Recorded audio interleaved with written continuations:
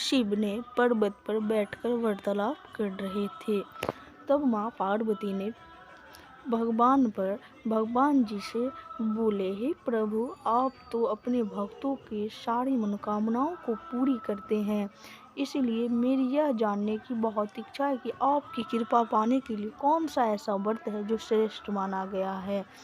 तब महादेव जी बोले, देवी पार्वती, आपको तो ज्ञात है, महाशिवरात्रि के दिन मुझे अधिक प्रिय है। इस दिन जो भी भक्त सच्चे हृदय से मेरी पूजा अर्चना करते हैं तो मैं उसके सारे मनोरथ पूरा करता हूँ। आज मैं शिवरात्रि व्रत से जुड़े एक भक्त की कथा सुनाता हूँ, जिनका नाम चित्रभानु है। किस प्रकार भानु ने अनजान में मेरे पूजा करके मोक्ष प्राप्त कर लिया। एक बार चित्रभानु नामक एक शिकारी था, जो पशुओं की हत्या करके वह अपने परिवार का पेट पालता था। चित्रभानु ने एक साहूकार से पैसे पहले कर्ज लिया था, लेकिन वह समय पर ऋण चुका नहीं पाया था, जिस पर क्रोधित साहूकार ने भानु को बंदी बना लिया। संयोग से उसी दिन शिवरात्रि थी। उधर से शिव भक्त गुजर रहे थे और ओम नमः शिवाय बोलते जा रहे थे। तभी भानु उसी बोली को सुनकर ध्यान कर रहे थे।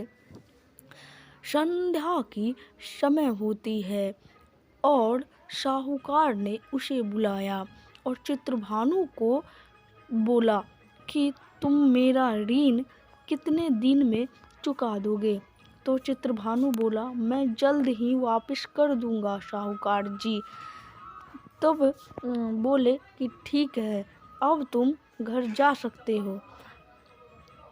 तब माता पार्वती को चित्रभानु के बारे में चिंता लगी और उसने महादेव जी से पूछे कि चित्रभानु अभी तक भूखा प्यासा, वह अन्न भी अभी तक ग्रहण नहीं किया है।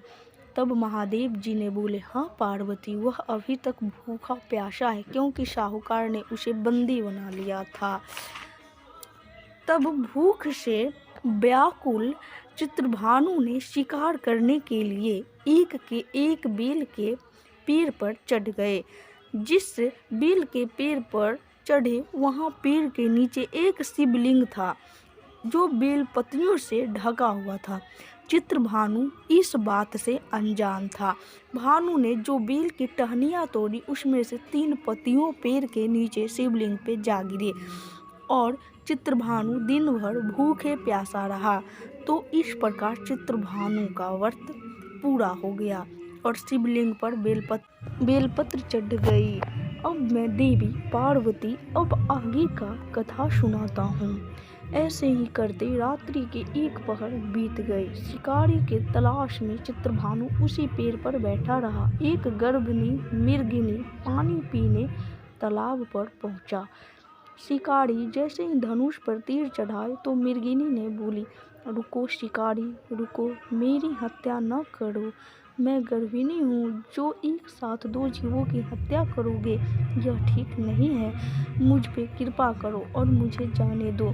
तथा शिकारी भानु को मन कसट कर बोला, ठीक है, तुम जाओ। तब एक और हिरनी आती उधर से दिखी। तब चित्रभानु ने बहुत प्रसन्न हो गया और फिर धनुष पर तीर चढ़ाए। तब उसे देख मृगिनी ने विनम्रता पूर्वक बोले, हे शिकारी, मैं अपने पति के खोज में निकली हूँ और उसे खोज लेने के बाद मैं फिर वापस तुम्हारे पास आऊँगी। चित्रभानु ने सोच में पड़ गए और वह सोचने लगे कि ऐसा मेरे साथ क्यों हो रहा है। और वह रात्रि की अंतिम पहर बीत रही थी। तभी एक अन्य हिरनी अपने बच्चों के साथ गुजर रही थी। तब भानु ने सोचा, मैं यह शिकारी अपने हाथ से नहीं जाने दूंगा। तब उस मृगिनी पर तीर चलाने ही वाला था।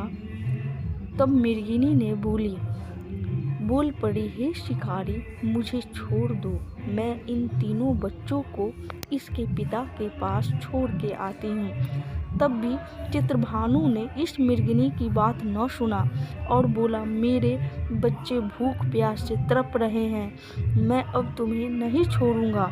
तब मृगिनी ने बोले, जैसे तुम्हारे बच्चे पे दया ममता सता रही है, उसी प्रकार मुझे भी अपने बच्चे की चिंता सता रही है। इसीलिए मेरे छोटे छोटे बच्चे पर दया करो और इसे अपने पिता के पास रख कर आती हूँ। तो शिकारी उसे भी जाने देता है। अब अंतिम में एक हिरनी उसी रास्ते से गुजरता है। तब भानु ने फिर धनुष पर तीर चढ़ाता है। जैसे ही छोड़ना चाहता है तब हिरण ने बोलता है, जिस प्रकार उस तीनों मृगिनी को मार डाला है उसी प्रकार मुझे भी मार डालो हे शिकारी। यदि तुमने उस तीनों को जीवन दान दिया है उसी प्रकार मुझे भी थोड़ी देर के लिए जीवन दान दो।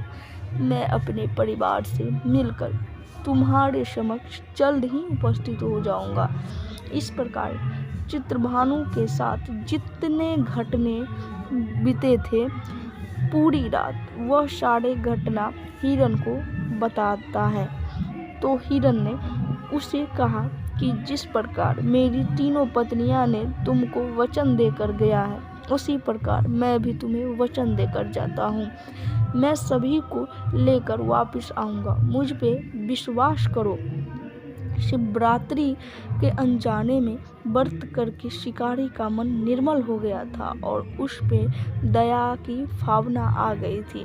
उसमें भगवान शक्ति का वास हो गया था। धनुष तथा उसके बाण हाथ से गिर गया और थोड़ी ही देर में वह हिरण अपने परिवार को लेकर वह शिकारी के समक्ष उपस्थित हो गया। किंतु जंगली जानवरों को सामूहिकता देखकर भानु को बड़ी ही ग्लानि हुई और उसके आंखों में आंसुओं की झड़ी लग गई। ये सभी देवी देवता ऊपर से देख रहे थे और ईश्वर की परीक्षा भी पूर्ण हो गई थी। तब ऊपर से फूल की वर्षा होने लगी। तो ये शिव व्रत की कहानी दोस्तों।